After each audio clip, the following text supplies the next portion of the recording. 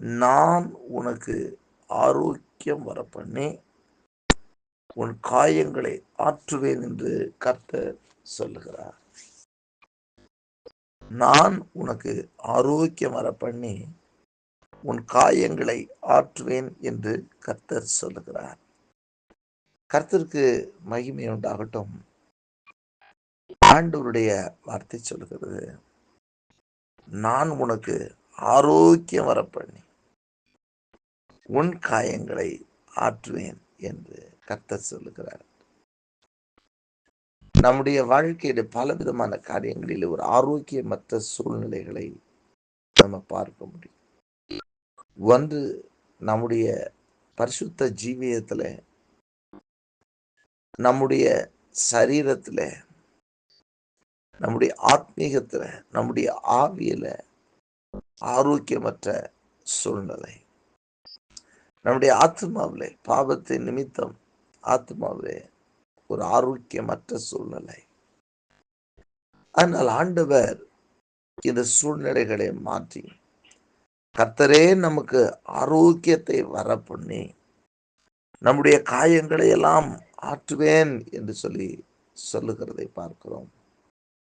இந்த நாளிலும் ஆண்டவர் எதிர்பார்த்திருக்கிற அந்த ஆரோக்கியம், நம்முடைய ஆவிக்குரிய ஜீவியத்துல வேண்டிய பரிசுத்தம் என்கிற ஆரோக்கியம், ஆத்மாவில வேண்டிய ஆரோக்கியம், பாவத்தின் நிமித்தம் காயப்பட்டு கிடக்கிற ஆத்மா, அவர் அதை ஆற்ற விரும்பினார். ஆகவேதான் நம்முடைய ஆத்மாவை உயிர்ப்பிக்கிற தேவன் நம்முடைய காயங்களை ஆற்றும்படி இயேசு இந்த உலகத்துக்குள் மனிதனாக அவதரித்தார். அவர் நம்முடைய காயங்களை ஆற்றுகிறவர், நம்முடைய ஆத்மாவுக்கு ஆரோக்கியத்தை வர பண்ணுகிறவர் அவரே. ஏனென்றால் அவரே ரட்சகர். பாவத்தின் நிமித்தம் நம்முடைய சரீரத்துல, நம்முடைய ஆத்மாவிலே காயங்கள் ஏற்பட்டு இருக்கிறது. பாவத்தின் நிமித்தம் ஒரு ஆரோக்கியமற்ற சூழ்நிலை ஆத்மாவிலே காணப்படுகிறது. அந்த பாவத்தை விலக்கி அவர் நமக்கு ஆரோக்கியத்தை வர பண்ணுகிறவர், நம்முடைய ஆத்மாவிலே ஆரோக்கியத்தை கொண்டு வருகிறவர். நம்முடைய ஆவி காயப்பட்ட சூழ்நிலையில் நொறுக்கப்பட்டு இருக்கிறது. பலவிதமான நிந்தைகளின் நிமித்தம், அவமானங்களின் நிமித்தம், பலவிதமான நெருக்கங்களின் நிமித்தம், பாடுகளின் நிமித்தம் ஆவியில ஏற்பட்டிருக்கிற நொறுக்கங்கள், ஆவியில ஏற்பட்டிருக்கிற முறிவுகள், ஆவியில ஏற்பட்டிருக்கிற காயங்கள், இதையெல்லாம் ஆற்றுகிறவர் நம்முடைய ஆண்டவர். முறிந்த ஆவியை யாரால் தாங்கக்கூடும்? கர்த்தராலே. கர்த்தருடைய ஆவியை நம்மை தாங்க முடியும். ஆகவே நம்முடைய ஆவியிலும் ஆரோக்கியத்தை உண்டாக்குற தேவன் அவர். முறிந்து கிடக்கிற, சோர்ந்து போய் கிடக்கிற நம்முடைய ஆவியை கர்த்தர் சரி பண்ணுகிற கர்த்தருடைய ஆவியானவர். அதே போல நம்முடைய வாழ்க்கையில் சரீரத்திலே ஏற்பட்டிருக்கிற ஆரோக்கியமற்ற சூழ்நிலைகளை நீக்கும்படி அவரே நம்மை ஆரோக்கியப்படுத்துகிறவர். வேதம் சொல்லுகிற அவருடைய தழும்புகளால் நீங்கள் குணமானீர்கள் என்று. அவர் தாமே நம்முடைய பலவீனங்களை ஏற்றுக்கொண்டு நோய்களை எல்லாம் சுமந்து கொண்டார் என்று சொல்லப்பட்டிருக்கிறது. அவருடைய தழும்புகளினாலே நம்மை குணமாக்குகிறவர், நம்முடைய சரீரத்திலே ஆரோக்கியத்தை வர பண்ணுகிற தேவன் அவர்.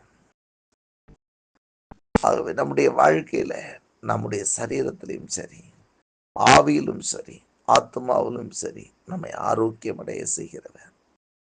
அவருடைய தழும்புகளால் குணமாவீர்கள் என்று சொல்லி நம்மை குணமாக்குகிறவர் ஆண்டவர். இந்த நாளிலும் கூட எப்படிப்பட்ட சூழ்நிலையில் உங்களுடைய ஆரோக்கியம் குறைந்திருந்தாலும், உங்களுடைய ஆவிக்குரிய ஜீவியத்திலே பரிசுத்தத்தில் குறைவுகள் ஏற்பட்டு ஆத்மாவிலே ஆரோக்கியமற்ற சூழ்நிலைகள் இருக்கலாம்,